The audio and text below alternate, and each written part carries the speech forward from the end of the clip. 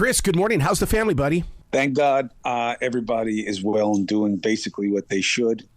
Thank you for asking, and I hope the same is true for you and yours. Absolutely. You know, it's that passion for your family that I swear to God I'm a listener. And I sit there, I take in your podcast, I take in your shows, because I feel that you care about those of us on this side of the speaker. Look, that's how I was raised, you know, and you're given the blessings of opportunity and reach and power. Use it to help. And I don't get it right all the time. I don't get it right at home. I don't get it right with my family, the family that I choose. What does that mean? I'm talking about the people, you know, when you're an old guy like me, I've had people in my life 20, 30 years.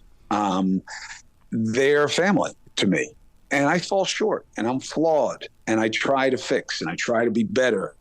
And that's the human condition. And I just think we have to get back to that instead of, you know, because here's what I've learned, okay? When I was sitting in the fetal position for 2 or 3 months after I got shit canned at CNN, and I had to kind of like figure out what I was going to do and why I was going to do it, I realized that I was part of a dynamic that was totally different than every other aspect of my life. And I'm very lucky that outside the media, you know, I don't hang out with DC insiders or media stars or Hollywood. You know, that's not really my thing. I know a couple people who are big shots, but that's not my bond. My people are tradesmen, they're professionals, they're family people, mostly they're fishermen or they're fighters, because those are my passions.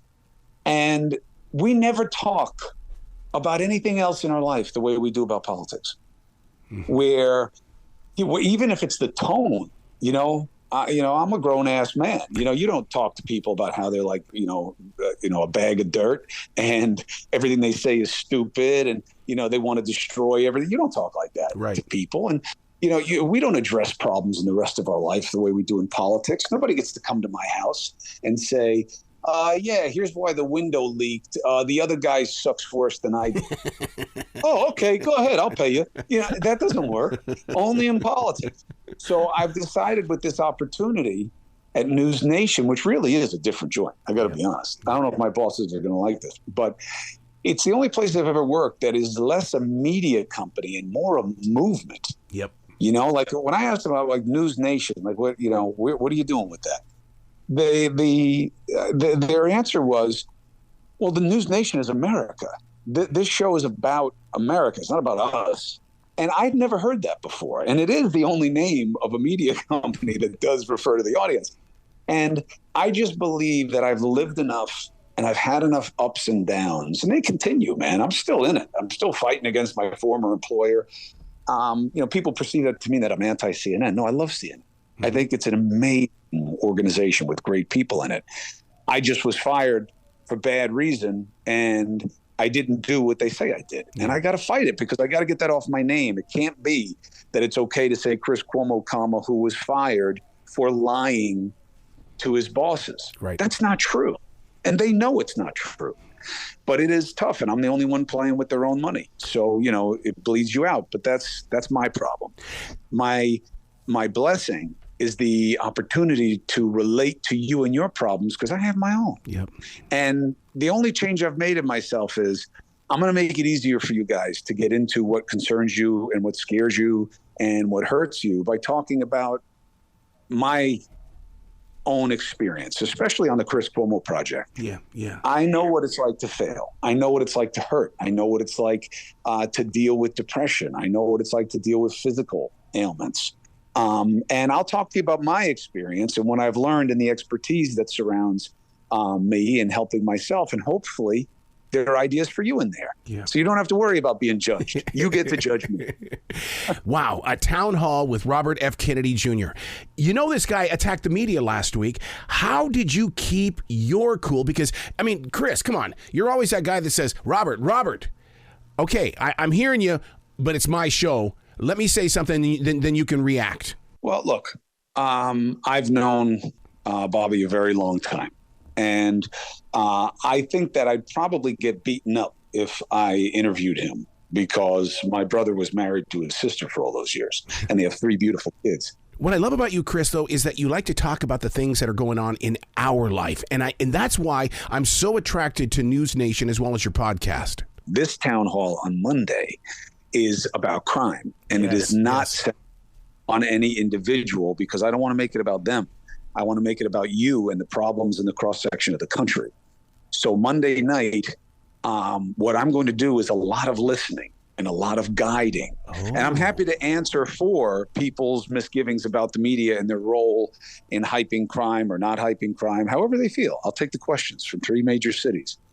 But the best part of the opportunity is it's about talking about what matters most to the most people. Crime and its different manifestations, why it's happening and what's being done about it, what's working and what isn't. And even though I'm hyping it as a big deal because it's the first, it's just the beginning. And we're going to be talking about this all the time in different ways as we come up with different creative ways to make it appealing to people. So it's not going to be one and done. I promise you that. Look at the cities that are the people are running from them, such as Portland, San Francisco, even Los Angeles. I mean, the Carolinas are filling up with people from all over this nation because they think we are that place. No, we've got crime here too. That's why this is so important. Everywhere has crime. It's about how it's perceived, right? Perception is often reality in life and certainly in politics. And what's being done about it. I think what people want every bit as much as results is effort. Yep. And I think what they perceive is that there are problems that are being trafficked in rather than fought. And that's frightening. And it's, again, like Jordan Peterson says, you got to be careful about single factor explanations to complex problems. And why are people going to the Carolinas? Well, other than storm season, you got weather. Yep. You've got growing commerce. You've got tax, right or wrong in their judgment. But there are a lot more people who stay where they are. And our job in my position and my capacity is to create conversation about what matters where you are. And a town hall is just an excellent way to do it, as long as you don't allow it to go off the rails. And that's why I'm there. Wow. Well, congratulations on what you're doing with this. And I cannot wait to share this with the listeners and to help grow forward. I love your podcast, dude. You got to come back anytime to this show. Hey, I'm a call away. You want me? I'm easy to. All right, man. Well, you be brilliant today. Okay, Chris? Thank you very much. You take care of yourself, and I appreciate the opportunity.